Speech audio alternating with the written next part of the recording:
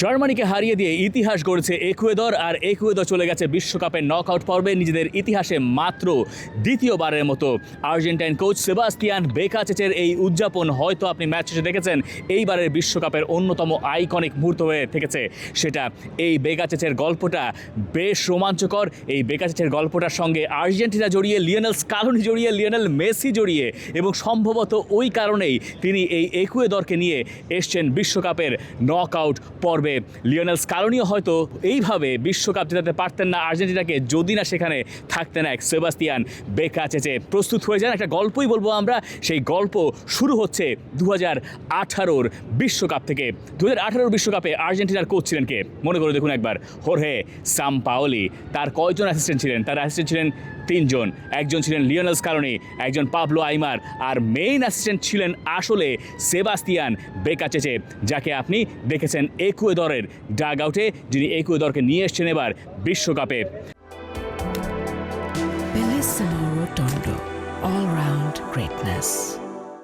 ওই বিশ্বকাপে আর্জেন্টিনার ফলের কথা অনেকের মনে থাকার কথা। আর্জেন্টিনা একের পর এক বাজে ফলের ভেতর দিয়ে যাচ্ছিল। প্রথম ম্যাচে আইসল্যান্ডের সঙ্গে ড্র, পরে গিয়ে ক্রোয়েশিয়ার সঙ্গে বিধ্বস্ত হওয়া আর্জেন্টিনাকে একেবারে খাদের কিনারায় ঠেলে দিয়েছিল। এরপরেই দলের ভেতরে বিভেদের সৃষ্টি হয়, যে বিভেদটা তৈরি হয়েছিল আরও আগে থেকে।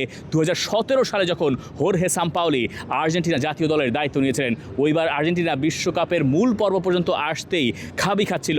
শেষমেশ লিওনেল মেসির একটা হ্যাটট্রিকে, সেটাও আবার এই একুয়েদরের বিপক্ষে, হ্যাটট্রিকে আর্জেন্টিনা বিশ্বকাপ স্পটটা নিশ্চিত করেছিল।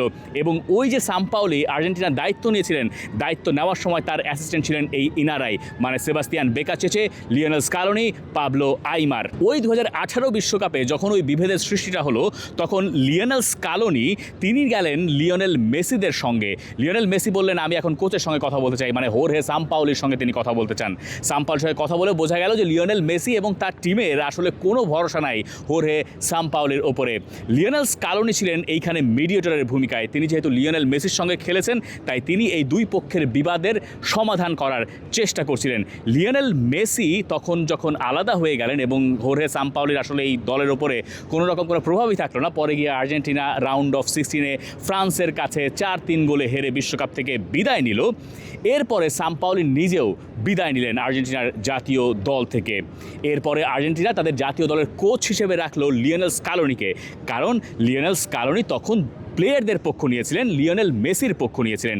আর হোর্হে সাম্পাওলির সঙ্গে এই সেবাস্তিয়ান বেকাচেচে চলে গেলেন আলাদা করে, তিনিও আর্জেন্টিনা জাতীয় দল থেকে সরে দাঁড়ালেন। আর পাবলো আইমারকে নিয়ে লিওনেল স্কালোনি চলে গেলেন আলাদা আর্জেন্টিনা জাতীয় দলের দায়িত্ব নিয়ে। এবং তারপরের পুরোটাই তো আসলে ইতিহাস। তাকে কোপা আমেরিকা পর্যন্ত রাখা হলো, কোপা আমেরিকার প্রথমবার সেমিফাইনালে গেলেন, পরের বার জিতলেন, বিশ্বকাপ জিতলেন, এবারও এসছেন বিশ্বকাপে ফেভারিট হয়ে। লিওনেল স্কালোনির গল্পটা আপনি আসলে জানেনই, কিন্তু আমরা আসলে বলতে চাই সেবাস্তিয়ান বেকাচেচের প্রভাব 2018 ওই বিশ্বকাপ চলার সময় সেবাস্তিয়ান বেকাচেচে নিয়েছিলেন আসলে হোর্হে সাম্পাওলির পক্ষ, কারণ সাম্পাওলি তার বহুদিনের গুরু।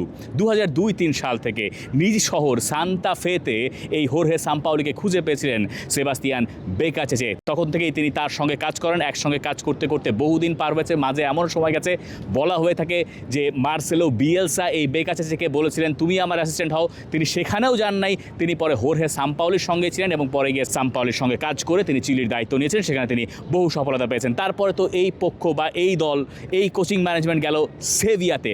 সেভিয়াতে দুর্দান্ত কাজ করছিল, মানে স্প্যানিশ ক্লাব সেভিয়া, সেখানে হোর্হে সাম্পাওলি দুর্দান্ত করছিলেন, যেটা দেখেই এই আর্জেন্টিনা পরে হোর্হে সাম্পাওলিকে তাদের দলের দায়িত্ব দিয়েছিল।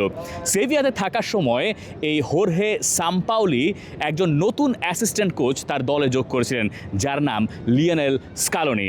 স্কালোনি তখন কেবলমাত্র ক্লাব ফুটবল থেকে রিটায়ারমেন্টে গেছেন এবং তার একটা কোচিং করার প্রয়োজন, তিনি একটা ক্লাব খুঁজছিলেন কোথায় তিনি কাজ করতে পারেন। ঘটনাক্রমে হোর্হে সাম্পাওলি আর লিওনেল স্কালোনির বাবা আবার এলাকার বন্ধু, মানে সান্তাফের বন্ধু।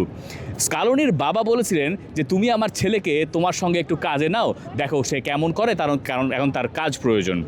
লিওনেল স্কালোনি মূলত যে কাজটা করতেন তিনি অ্যানালিস্টের কাজ করতেন, মানে অ্যাসিস্ট্যান্ট প্রথমজন যিনি তিনি আসলে ট্যাকটিক্যাল আইডিয়াগুলো ইমপ্লিমেন্ট করেন, দলের সঙ্গে কাজ করেন, হেড কোচের অনুযায়ী তিনি তার দলকে পুরো ট্যাকটিক্যাল ব্যাপার স্যাপার বুঝিয়ে দেন, কীভাবে খেলতে হবে, কী করতে হবে না করতে হবে। আর সেকেন্ড অ্যাসিস্ট্যান্ট সাধারণত অনেক সময় অ্যানালিস্টের কাজ করেন, তিনি ওই ল্যাপটপ ঘেটে প্রতিপক্ষের কী দুর্বলতা শক্তি এইসব নিয়ে অনেক বাছবিচার করেন। স্কালোনি ওই কাজটাই মূলত সেভিয়াতে করতেন। যখন আর্জেন্টিনা হোর্হে সাম্পাওলিকে নিয়ে গেল তখন হোর্হে সাম্পাওলি ওই বাকাচেচেকে তো নিলেনই, তিনি সঙ্গে লিওনেল স্কালোনিকেও নিয়ে এলেন এবং বাকাচেচে পরে গিয়ে বলেছিলেন যে হোর্হে সাম্পাওলির সঙ্গ তিনি 2018 বিশ্বকাপের পরে ছাড়তেন না যদি না এতদিন ধরে তিনি হোর্হে সাম্পাওলির সঙ্গে কাজ করতেন, এবং তার কাছে মনে হয়েছে লিওনেল স্কালোনি একরকম বিশ্বাসঘাতকতা করেছিলেন হোর্হে সাম্পাওলির সঙ্গে না থেকে এবং পরে গিয়ে আর্জেন্টিনা জাতীয় দলের দায়িত্ব নিয়ে। এই গল্পটা পরে গিয়ে বিখ্যাত বা কুখ্যাত হয়ে গেছে আর্জেন্টিনার ফুটবলে। এই বাকাচেচে পরে গিয়ে একুয়েদরের দায়িত্ব নিলেন 2024 সালে বিশ্বকাপ বাছাই পর্বে। একুয়েদর করলো দুর্দান্ত, এরপরে গ্রুপ স্টেজের ম্যাচে তারা খেলো খাবি আইভরি কোস্টের সঙ্গে, শেষ মুহূর্তে গোল খেয়ে দলটা পয়েন্ট হারালো। এরপরে দ্বিতীয় ম্যাচেও তারা পেল মোটে 1 পয়েন্ট, তাও কুরাসাওয়ের সঙ্গে। তৃতীয় ম্যাচ জার্মানির বিপক্ষে জিততেই হবে, না হলে একুয়েদর টুর্নামেন্ট থেকে বাদ। এই রকম সমীকরণ নিয়ে যখন একুয়েদর মাঠে নামলো আর মাঠে যখন এই আর্জেন্টাইন কোচের নাম ঘোষণা করলেন অ্যানাউন্সার, তখন একুয়েদরের সমর্থকরা পর্যন্ত দুও দিচ্ছিলেন এই বাকাচেচেকে। এরপরে যখন ম্যাচ শেষ হলো এরপরে বেকাচেচের কাছ থেকে বোধহয় সেই হিংস্রতাও বেরিয়ে আসো, তার সেই উদযাপনের আনন্দ আপনি দেখেছেন। তিনি একজন ফুটবলারের মতোই পুরো ব্যাপারটা উদযাপন করেছেন এবং দলকে নিয়ে গেছেন বিশ্বকাপের নকআউট পর্বে, তাও আবার কি জার্মানিকে 2-1 গোলে হারিয়ে, যেটা সবাই ভেবেছিলেন অসম্ভব, শেষমেশ সেটাই তিনি সম্ভব করে দেখালেন। এই বিশ্বকাপে আর্জেন্টাইন কোচরা যেমন সফলতা পাচ্ছেন এবং এই সফলতার দিক থেকে লিওনেল স্কালোনি সবার আগে থাকবেন, তবে এই সেবাস্তিয়ান বেকাচেচের এই দুর্দান্ত গল্পটাও বোধহয় লোকে মনে রাখতে চাইবেন এবং সেই গল্পটা বলার সুযোগ তিনি আমাদেরকে করে দিলেন একুয়েদরকে বিশ্বকাপের নকআউট পর্বে নিয়ে গিয়ে। For more updates, subscribe to our YouTube channel and click on the bell icon. Follow us on Facebook and Instagram. Download T-Sports app to enjoy exciting games and highlights. Visit tsports.com.